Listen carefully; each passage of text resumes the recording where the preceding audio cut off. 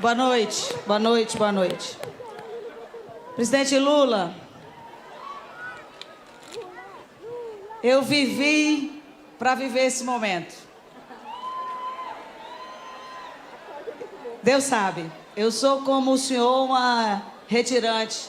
O senhor veio do Pernambuco e eu do Ceará.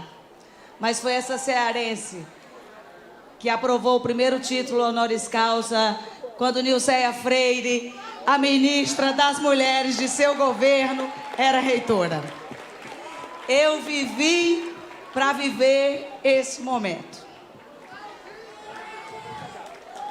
Com vocês, o homem cuja história mostrou a integridade, a dignidade, a honestidade e a capacidade de amar. Nunca vi Lula vociferando ódio, mas vi Lula espalhando a confiança e o amor.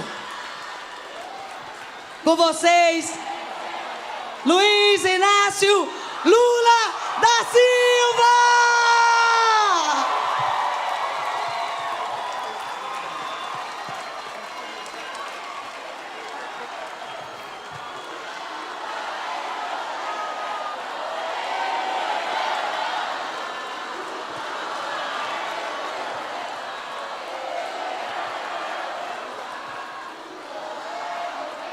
Queridas companheiras,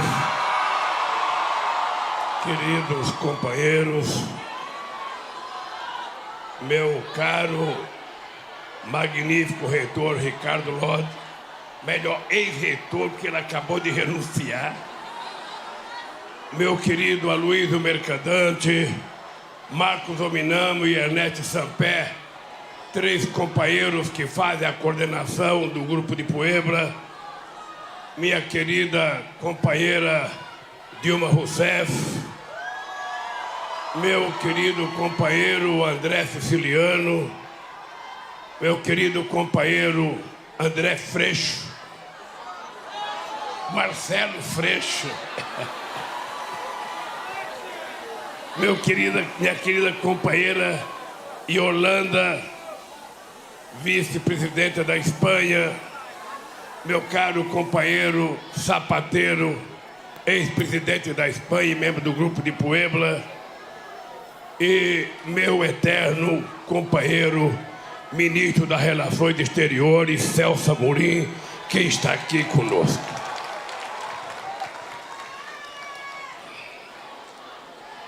É muito difícil você vir no encerramento de um seminário em que as pessoas estão falando há 2 dias e você não sabe o que eles falaram e que você pode repetir parte das coisas que já foram ditas aqui.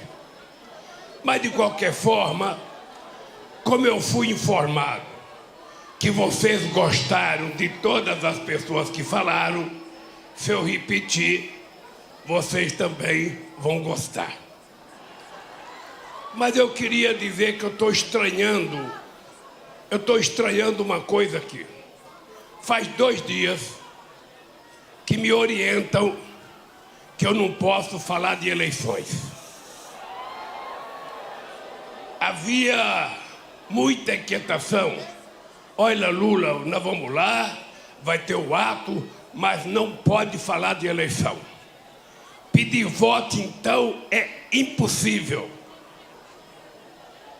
E ainda ficou mais grave porque ontem um partido entrou com um processo para tentar evitar esse encontro aqui.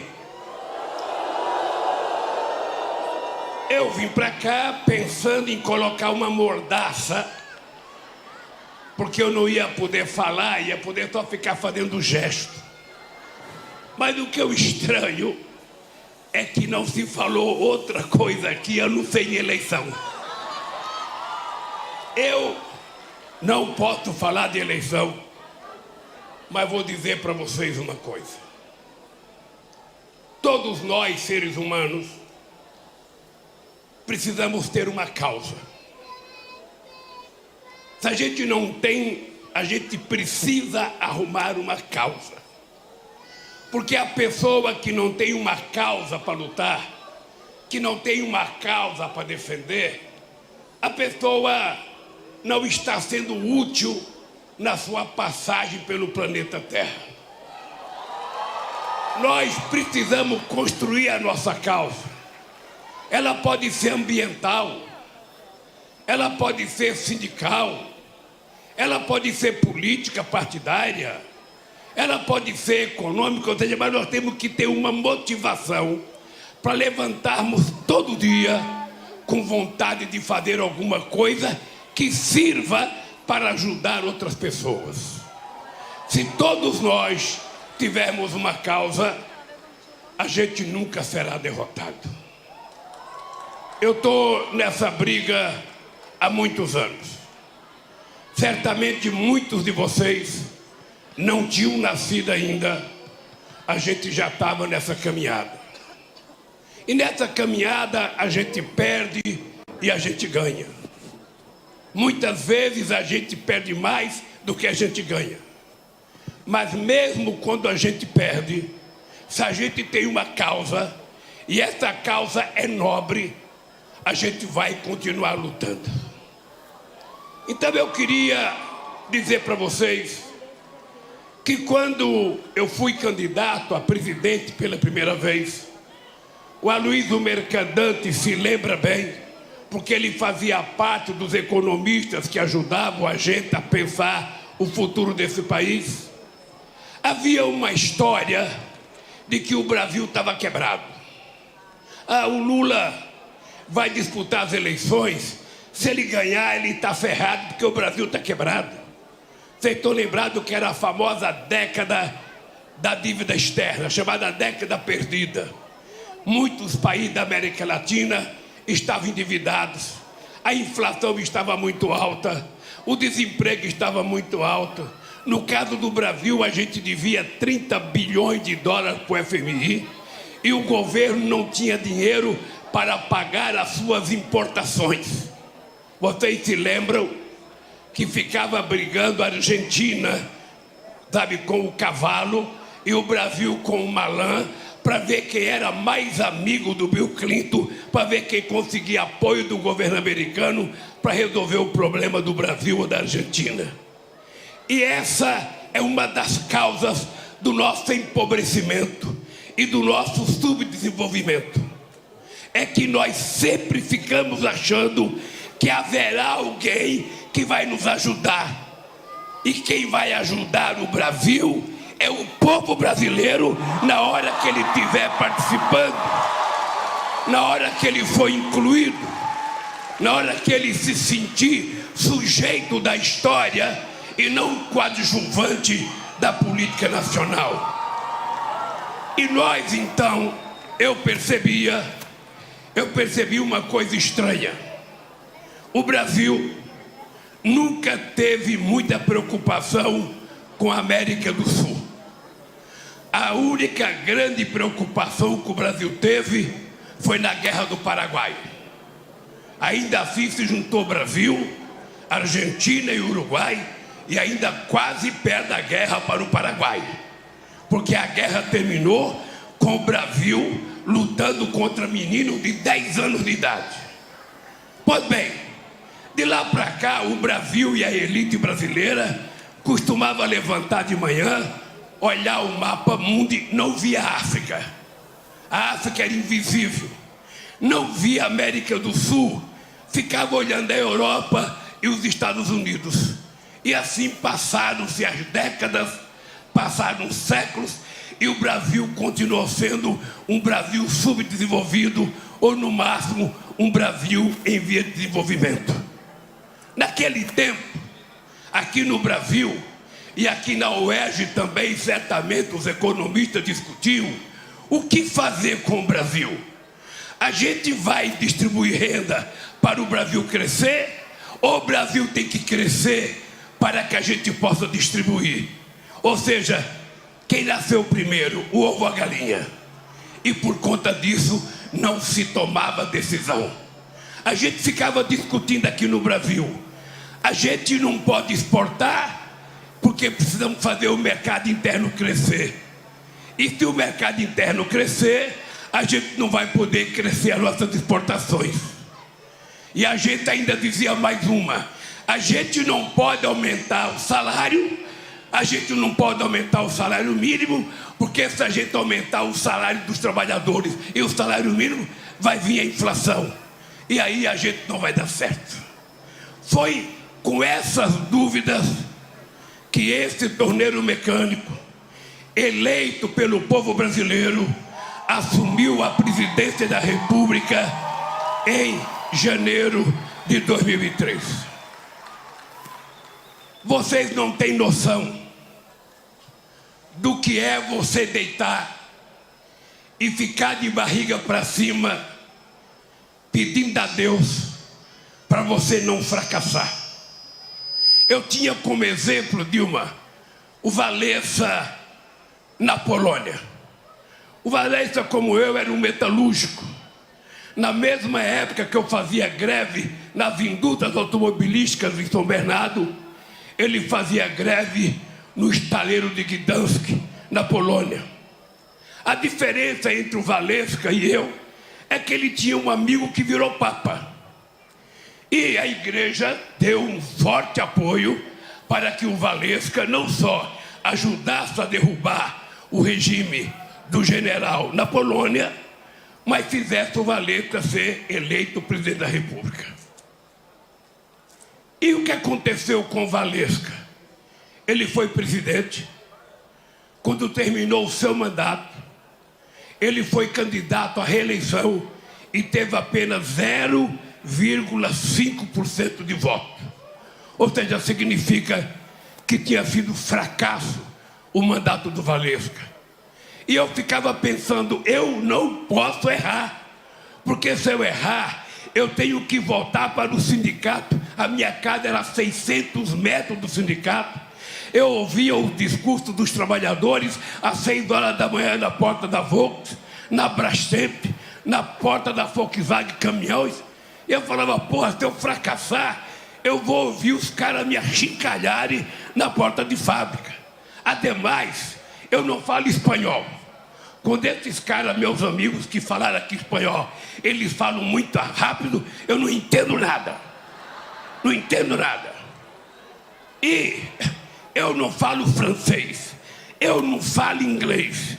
Então eu estou desgraçado, eu não posso ir para nenhum país, eu tenho que ficar em São Bernardo, no Brasil. Eu não posso perder as eleições e ir para Paris. Eu não posso perder as eleições e ir para a Inglaterra. Eu não posso perder as eleições e ir para Madrid. Então eu tenho que ficar. Essa era uma preocupação minha de não fracassar, porque eu não tinha para onde ir, eu tinha que ficar aqui. Pois bem, companheiras e companheiros, a única coisa que eu tinha certeza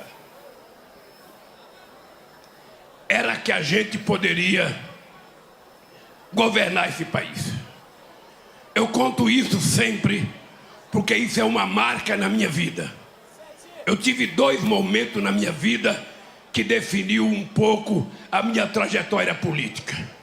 O primeiro foi quando, no dia 10 de dezembro de 2002, eu já eleito presidente da República. Não, antes eu tomei uma decisão. Eu queria demonstrar que a minha relação prioritária seria com a América do Sul. E os 2 primeiros países que eu visitei foi a Argentina e o Chile, para marcar a minha posição com a América do Sul. Mas nós fomos convidados pelo presidente Bush, e lá vai o torneiro mecânico no salão oval da Casa Branca. Lá, aquele salão oval da Mônica Lewinsky, vocês sabem, lá estava o Lula. E eu chego lá, o Bush estava obcecado para fazer uma guerra. Porque esses países ricos, quando a economia deles está fracassada, quando eles estão mal na pesquisa, eles inventam a guerra. De preferência dos países dos outros. De preferência dos países dos outros. E o Bush estava num processo de reeleição. E tinha sido atentado contra as torres. E o Bush não conseguiu pegar o Osama Bin Laden, ele queria pegar o Gaddafi. E ele então inventou uma narrativa para a humanidade. Porque depois que os americanos perderam a guerra do Vietnã, que eles não conseguiram construir uma narrativa e a sociedade americana se colocou contra a guerra, de lá para cá, os americanos não mostram mais a guerra, eles contam a narrativa. Eles primeiro criam o inimigo, depois eles transformam os inimigos num monstro, depois transformam os inimigos dele, sabe, num coisa qualquer, até justificar o ataque. E o Obama falou, presidente Lula, nós precisamos acabar com o terrorismo. Nós precisamos acabar com o terrorismo. O terrorismo não pode continuar. Eles achavam que tinha terrorista até na tríplice fronteira entre Brasil, Argentina e o Paraguai, lá em Foz do Iguaçu. Eles viviam querendo meter o bedelho ali, achando que lá estava cheio de árabe, guerrilheiro, terrorista. Eu falei, presidente Bush, deixa eu lhe dizer uma coisa. Eu não estou interessado em fazer guerra com o Iraque. Eu, primeiro, não conheço Saddam Hussein. Segundo, o Iraque fica a 14 mil quilômetros do meu país. Eu não tenho nada contra o Saddam Hussein. Eu não posso fazer guerra com ele. Eu quero lhe dizer que a guerra que eu vou fazer é a guerra contra a fome no Brasil. E essa guerra nós vamos vencer. Essa guerra nós vamos conseguir vencer. E começamos a fazer o programa Fome Zero. E graças a Deus, no governo da Dilma, a ONU anunciou, finalmente o Brasil saiu do mapa da fome. Finalmente o Brasil estava considerado um país sem fome. Apesar de não termos acabado com a pobreza, que ainda é muito grande. E há outro momento que me deu orgulho de ser presidente, é que eu tinha apenas 5 meses de governo, eu sou chamado para a primeira reunião do G8, em Evian. Aí chegamos em Evian, estava lá o Bush, estava o rei da Arábia Saudita, estava o Tony Blair, estava o Koizumi do Japão, estavam os presidentes de todos os partidos, estava o Chirac. E eu olhei dentro de uma sala, era uma sala fechada, toda de vidro, as pessoas sentadas, e eu do lado de fora tentando levar o meu intérprete. Porque nem eu entendia, nem eu falava. Se eu entro naquela reunião sem intérprete, seria a reunião do surdo e mudo aqui. Não falo, não escuto.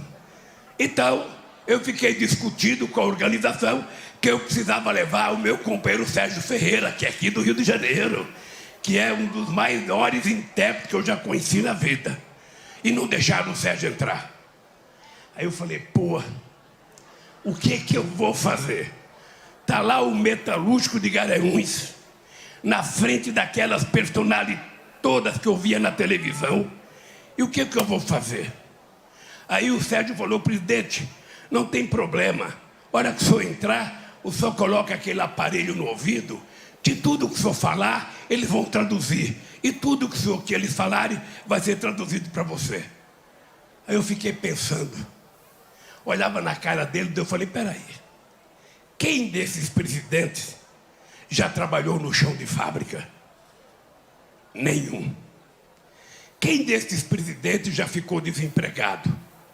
Nenhum. Quem desses presidentes já passou fome? Nenhum.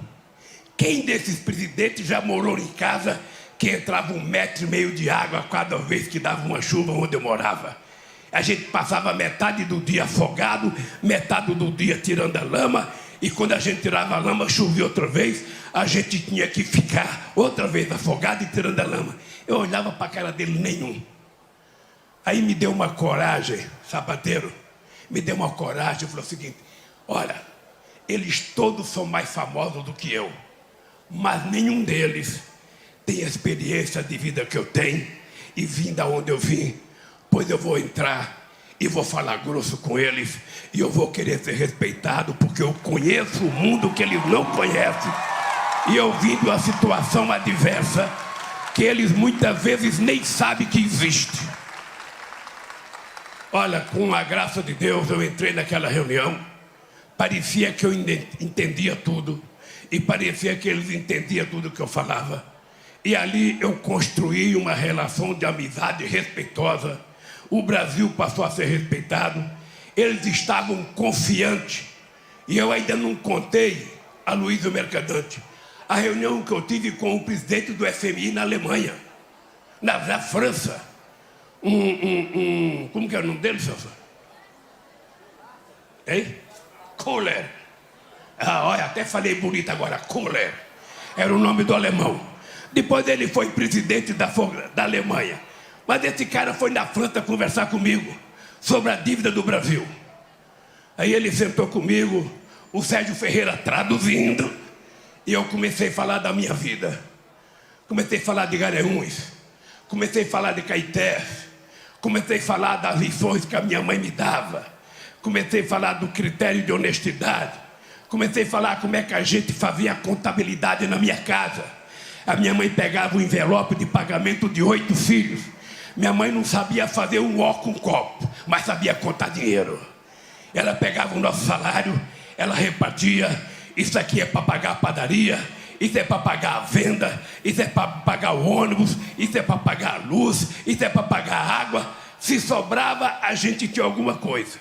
Eu comecei a contar a história para o cara do FMI. Daqui a pouco o cara levanta, começa a chorar e me abraça. Aí eu falei, pô, se eu conseguir fazer um alemão chorar, vai dar futuro. Vai dar futuro. Porque o cara virou meu amigo. E depois eu fui na Alemanha, ele era presidente da Alemanha. Outra vez ele me viu, foi fazer o discurso e começou a chorar. Eu falei, puta merda, eu não sou fraco fazer o alemão chorar 2 vezes. A verdade é que eu digo para todo mundo, naquele momento a gente estava começando uma vida. O Chaves já brigava com o Bush, o Chaves já brigava com o Uribe. Eu tinha 21 dias de governo, nós fomos obrigados a criar um grupo de amigos da Venezuela para ver se a gente conseguiria pacificar as brigas internas na Venezuela entre o Chaves e o pessoal de direita, os empresários. E conseguimos. Conseguimos porque o Celso teve um trabalho extraordinário, junto com o secretário de Estado americano, junto com o Aznar da Espanha, a gente conseguiu fazer um acordo. E o Chaves conseguiu fazer o referendo dele. A partir daí, o Brasil começou a virar protagonista internacional. E a partir daí a gente começou a ser respeitado. Porque a gente respeitava as pessoas e ele respeitava a gente. A gente não falava fino com os Estados Unidos e nem falava grosso com a Bolívia. Como disse o Chico Buarque, a gente tratava todo mundo com o mesmo respeito. E isso fez com que o Brasil passasse a ser um país levado muito a sério. E nesse período, o Celso marcava, eu visitei todos os países da América Latina e do Caribe. Eu visitei 30 países da África. Porque ninguém vai para a África. Mesmo quando você é presidente, a gente avisa que vai viajar para a África. Aí quando chega na antevéspera, você chama o chefe do cerimonial e fala o seguinte: quem vai para a África comigo? Muitos ministros não queriam ir. Porque se fosse para Paris, o avião lotava. Se fosse para Londres, o avião lotava. Se fosse para Nova York, lotava. Mas para a África, a gente às vezes tinha que pegar o telefone e intimar o ministro: você vai. Porque senão não ia. É assim até nos governos progressistas, nos governos de esquerda. O pessoal tem uma preferência pela coisa mais chique. Porque nós, seres humanos, temos uma facilidade imensa de nos adaptar às coisas boas. E temos muita dificuldade de aceitar as coisas ruins. Então, nós conseguimos fazer com que o Brasil passasse a ser uma referência no debate mundial. E aí nós fomos trabalhando com a Argentina, com o Chile, com o Uruguai, com o Paraguai, com o Equador, com a Colômbia, com a Venezuela, com o Peru, sabe, com todos os países, com a Nicarágua, com El Salvador, com Honduras, com a Costa Rica, com Cuba. Ou seja, então nós viramos uma espécie de referência na relação com esses países. Eu acho, Dilma, que foi um pouco isso que incomodou os americanos. Porque os americanos nunca admitiram que tivesse uma outra referência na América Latina que não eles. Então era preciso não permitir que o Brasil tivesse força política. Aí, a primeira coisa que nós fizemos na América do Sul foi fortalecer o Mercosul.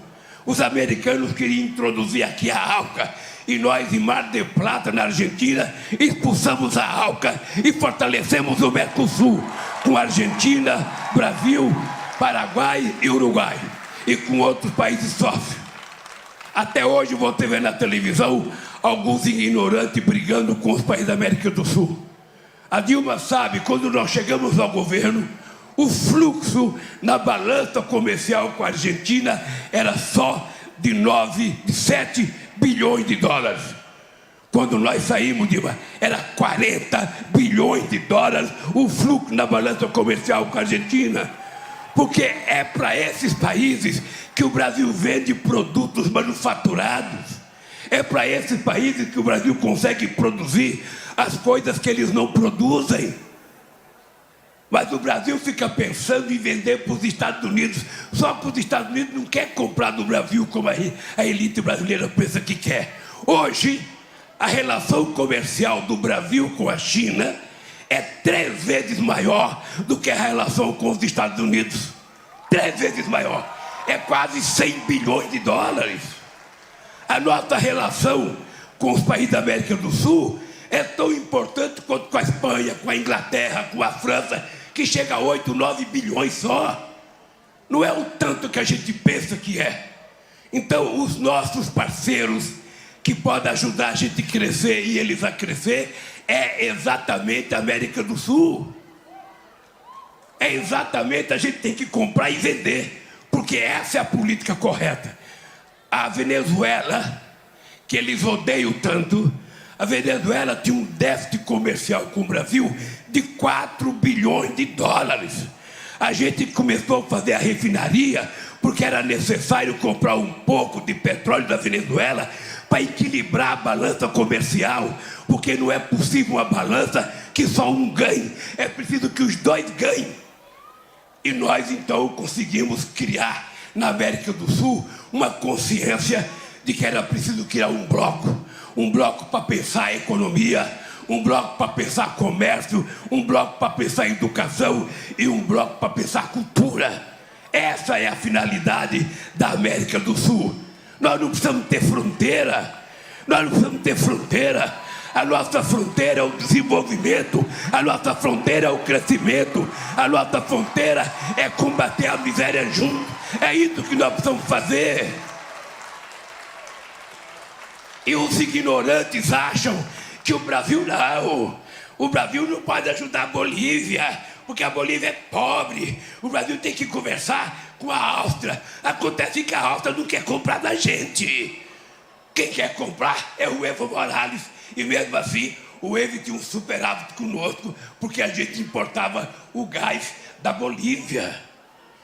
Aí depois que nós fortalecemos o Mercosul, nós criamos a Unasul. A Unasul era uma coisa extraordinária, porque juntava todos os partidos da América do Sul.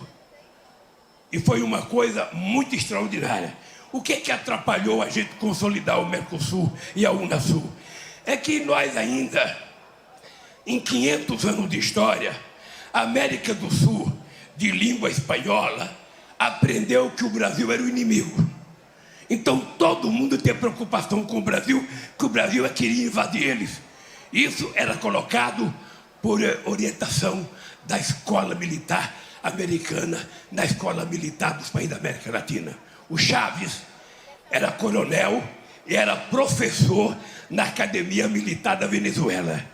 Ele me dizia: Lula, toda a aula que eu dava era para dizer que os inimigos nossos eram o Brasil, que a gente tinha que ter preocupação com o Brasil, porque o Brasil poderia invadir a Venezuela. Hoje a gente invadia a Venezuela. Quando eu assumi a presidência, os soldados brasileiros não ganhavam nem o salário mínimo. Quando eu ganhei as eleições, que eu tomei posse, os soldados brasileiros eram liberados às 11 horas, porque não tinha dinheiro para dar arroz e feijão para eles. Olha, quem invadir quem? O Brasil não tinha condições, porque o Brasil não tem noção do papel dos militares. O papel dos militares não é ficar puxando o saco do Bolsonaro, porque o Bolsonaro não é dono dos militares. Os militares fazem parte de uma instituição do povo brasileiro para defender o povo brasileiro de inimigos externos. Ele não tem que ficar puxando o saco de presidente, nem de Lula, nem de Bolsonaro, nem de Celso Amorim. Eles têm que estar acima das brigas políticas. Ele não pode ficar o Bolsonaro dizendo: ah, os meus militares, ele é tão frágil, ele é tão boçal, que como ele não tem partido político, como o partido dele não tem bandeira, como o partido dele não tem música, como o partido dele não tem hino, não tem programa, não tem manifesto, o que ele pegou? Ele pegou a bandeira brasileira e a camisa da seleção para dizer: esse é o meu partido. Vamos dizer para ele que a bandeira brasileira e as cores verde e amarela não é desse fascista. Ela pertence a 213 milhões de brasileiros. Vamos dizer para eles. Ele se apoderou como se fosse dele.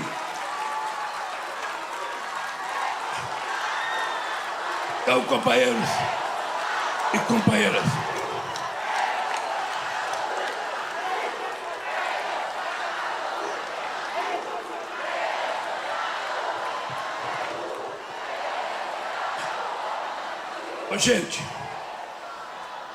Ô gente, eu vim aqui para falar de igualdade. E vocês não viram eu falar de igualdade ainda. Mas eu falei de igualdade, porque o que eu quero é que os países sejam tratados em igualdade de condições. Nós temos que respeitar a integridade territorial de cada país. Por isso eu queria pedir para vocês, para a gente avisar para o Putin, avisar para o presidente da Ucrânia, avisar para o Biden, avisar para o presidente dos países europeus: parem com essa guerra! O povo precisa de paz! O povo quer emprego, o povo quer salário, o povo quer educação, o povo quer cultura, o povo quer vida, o povo não quer morte. A quem interessa essa guerra? A razão dessa guerra, por tudo que eu compreendo, que eu leio e que eu escuto, seria resolvido aqui no Brasil, numa mesa tomando cerveja. Seria resolvido aqui. Se não na primeira cerveja, na segunda. Se não desce na segunda, na terceira. Se não desce na terceira, até acabar as garrafas, a gente iria fazer um acordo de paz.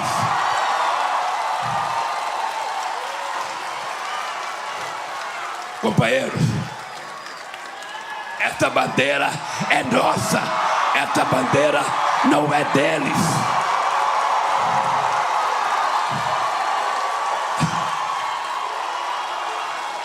Então, companheiros e companheiras,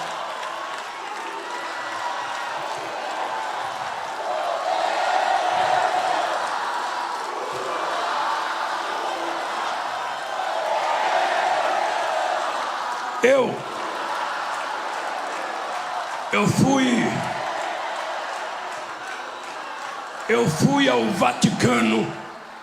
Eu fui ao Vaticano conversar com o Papa Francisco sobre a questão da desigualdade. Depois que eu conversei com o Papa Francisco, eu fui no Conselho Mundial de Igreja para conversar com o Conselho Mundial de Igreja sobre a questão da desigualdade. Porque não é normal não é normal em pleno século XXI, com o avanço extraordinário da ciência e da tecnologia, com o avanço da genética, onde a gente tem capacidade de produzir mais alimento do que as pessoas têm condição de comer. A gente tem no Brasil 19 milhões de pessoas com fome, 116 milhões de pessoas com algum problema de segurança alimentar e 900 milhões de almas no mundo passando fome. Sabe por quê? Não é por falta de alimento, é por falta de dinheiro. Enquanto isso, você tem aqui no Brasil 70% dos pobres, ou seja, ganham menos do que 10% dos mais ricos. Você tem gente, sabe, comprando passagem de foguete para ir conhecer o espaço, enquanto perto da casa dele tem gente morrendo de fome. Você está vendo as empresas de aplicativo acumulando bilhões e bilhões e bilhões de dólares.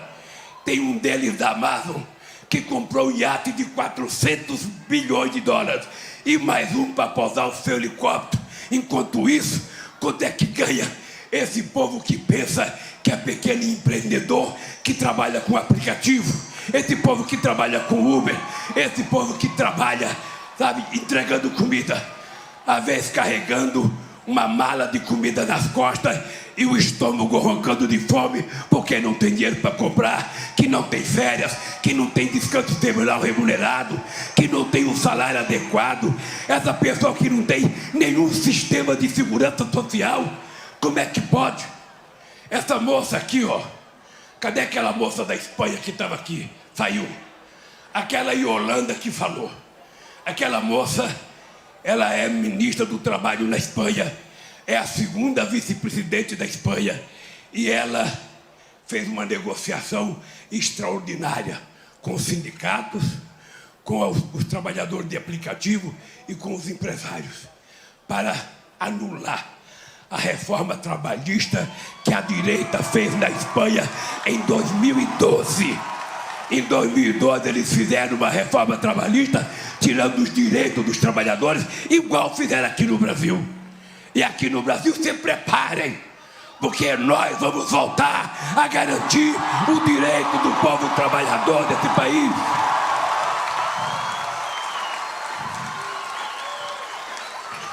Não adianta ficar inventando que a Previdência é deficitária, porque até 2014, quando essa senhorita aqui foi eleita presidente, reeleita, a Previdência Social era superavitária, porque nós tínhamos criado mais de 20 milhões de empregos com carteira profissional assinada. Nós tínhamos legalizado 6 milhões de pequenas empresas. É isso que torna a Previdência superavitária. Agora, com desemprego, as pessoas sem poder pagar, as pessoas passando fome. Vocês estão lembrados, Dilma, que no nosso governo, o cara que estava acidentado, ele por telefone, no máximo em 5 dias, marcava uma perícia médica. Você está lembrado que no nosso governo, o trabalhador não tinha preocupação de apresentar documento, era a Previdência que ligava. Seu Luiz Inácio, o senhor já completou seu tempo de trabalho, o senhor já tem direito à sua aposentadoria, ela vai ser de tanto, pode aparecer aqui na Previdência para receber. E demorava 30 minutos. Hoje tem milhões de brasileiros há mais de um ano esperando a desgraçada da aposentadoria que não sai nunca. É esse país e essa desigualdade que nós temos que mudar. O que nós precisamos é ter o direito de nos indignarmos. Nós perdemos o direito de ficarmos indignados com o descaso, com um presidente que mente 7 vezes por dia, com um presidente que provoca, que fala bobagem, que ofende, que coloca o ministro da Saúde, que não entendia nada de saúde, e montou uma quadrilha para vender vacina na época da pandemia. Colocou o ministro da Educação, colocou todos um pior do que o outro, e o de agora só cuidava da educação para os pastores dele. Ele tinha um rebanho, e ele só cuidava do rebanho dele. eram os pastores, amigos do ministro, que conseguiam dinheiro. Esse cara, eu estou aqui no Rio de Janeiro, e eu falo, sem conhecer números, meu magnífico reitor, eu duvido que na história do Rio de Janeiro, desde a proclamação da República, mesmo Getúlio Vargas ficando 15 anos na presidência, eu duvido, Dilma, que eles fizeram metade do investimento que nós dois fizemos no Rio de Janeiro. Eu duvido. Então nós precisamos começar a nos indignar. Os estudantes têm que se indignar com o que está acontecendo na educação, porque o que está acontecendo na educação vai refletir no futuro de vocês. Vocês têm que imaginar, o FIES custava muito caro, nós temos que acabar com o FIES porque não tem dinheiro. Olha, um país que tem uma dívida ativa de quase 2 trilhões de reais, por que não pode suportar uma dívida dos estudantes? Porque investir na educação é o investimento mais barato e o que traz mais futuro para o nosso país. Então, meus queridos companheiros e companheiras, indignação é a palavra que a gente tem que ter contra o que está acontecendo. O Brasil é o 3º maior produtor de alimento do planeta Terra. O Brasil é o maior produtor de proteína animal do mundo. Então, não é possível a gente ver as pessoas correndo atrás de um caminhão que tombou com carcaça de frango, ou uma pessoa pegando no almoço osso para ferver na água e tentar fazer um caldo para colocar no arroz. Não é possível. Não é possível, não é falta de carne, não é falta de arroz, não é falta de feijão, não é falta de soja, é falta de vergonha na cara das pessoas que governam esse país. E eles têm uma solução fácil. Vamos vender a Petrobras, vamos vender a BR, vamos vender gasoduto, vamos vender Correio, vamos vender Banco do Brasil, vamos vender Caixa Econômica Federal, vamos vender o BNDES. Porque como eles não sabem governar, eles só querem vender o que está pronto. É como se você casasse, você que está me ouvindo, e o teu marido, ao invés de querer trabalhar para sustentar a tua casa, ele falasse: amor, vamos vender a geladeira.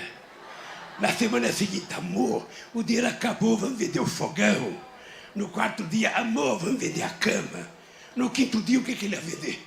A alma dele pro diabo ele ia vender, porque eles não têm coragem de trabalhar. E o Brasil, o Guedes não sabe fazer a economia pensando no povo, ele faz a economia pensando em vender e tentar jogar a culpa do preço das coisas na guerra da Ucrânia, ou tentar vender a culpa em alguma outra coisa.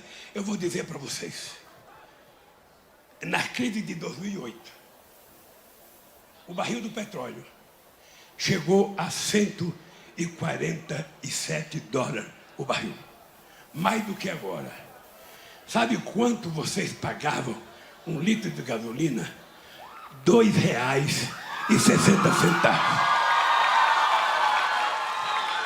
Acontece que eles fizeram um discurso, e às vezes a gente acredita no discurso dele, porque o discurso dele sempre tem uma narrativa convincente de que era preciso vender a BR. Se a gente vendesse a BR e acabasse com o monopólio da BR, ia ter muitas empresas participando. Com muitas empresas participando, ia ter livre concorrência. E livre concorrência iria fazer com que o preço fosse mais barato. Quanta gente acreditou nisso? E na Petrobras só tem ladrão, é preciso privatizar. Hoje, presta atenção, por que vocês têm que se dignar? Hoje, depois que eles venderam a BR, tem 392 empresas importando gasolina dos Estados Unidos. Se eles importam pagando em dólar, ter que desembolsar em dólar no bolso de vocês. E tem muita gente que não consegue mais sair de casa. Tem cara que comprou carro, a única coisa que ele faz com o carro é no sábado de manhã empurrar com a mão para fora do quintal, lavar a bundinha do carro como se estivesse lavando a bundinha do filho e não pode colocar gasolina para ir passear. É esse o Brasil que nós herdamos. O Brasil que hoje vende metade dos carros que nós vendíamos em 2008. A gente estava vendendo 3 milhões e 800 mil carros. Está vendendo apenas 2 milhões de carros. É esse país que andou para trás. No nosso tempo de governo, 90% das categorias profissionais organizadas faziam acordo recebendo aumento acima da inflação. Hoje, apenas 7% faz acordo acima da inflação. E vocês sabem como é que está a vida de vocês. Por isso, companheiros, eu tenho dito, esperem, que nós vamos voltar. E quando a gente voltar, a gente vai tratar de abrasileirar o preço das coisas. Durante 13 anos de governo do PT, o gás de cozinha não aumentou na Petrobras. Durante 13 anos de governo, nós compramos até a Liquigás para tentar equilibrar os preços. Eles venderam. E hoje, um botijão de gás em alguns lugares está 130, 122, 140 e tem gente se acidentando porque está cozinhando com lenha dentro de casa. Então, companheiros e companheiras, eu vou terminar dizendo para vocês uma coisa. O Obama disse, nós podemos. A Dilma disse, nós queremos. E eu vou dizer, nós venceremos. Um abraço, companheiros, e até outro dia, se Deus quiser. Parabéns, parabéns.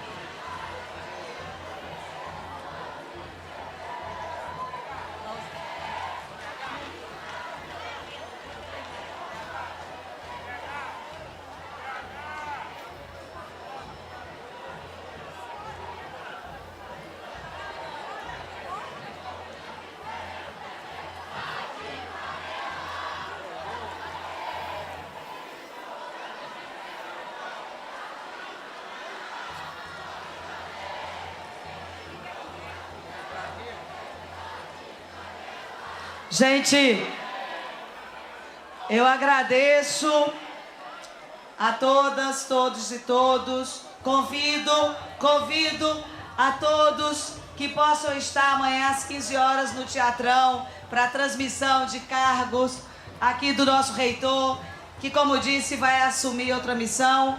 Agradeço de coração. Quero agradecer muito a Pablo Gentili, a Carol Proner, que ficaram nessa empreitada comigo. Pablo, vem cá, Carol. Vem cá, Carol. Ricardo, vamos aqui dar as mãos. Queria que Ricardo, Carol e Pablo, essas pessoas... Não foi fácil construir, mas não faltou coragem, porque o nosso líder não tem medo. Boa noite. Muita gratidão. E amanhã às 15 horas no Teatrão, vamos a uma outra cerimônia, início de outro ciclo. Graças, Pablo. Graças, Carol. Para quem? Pro Lula?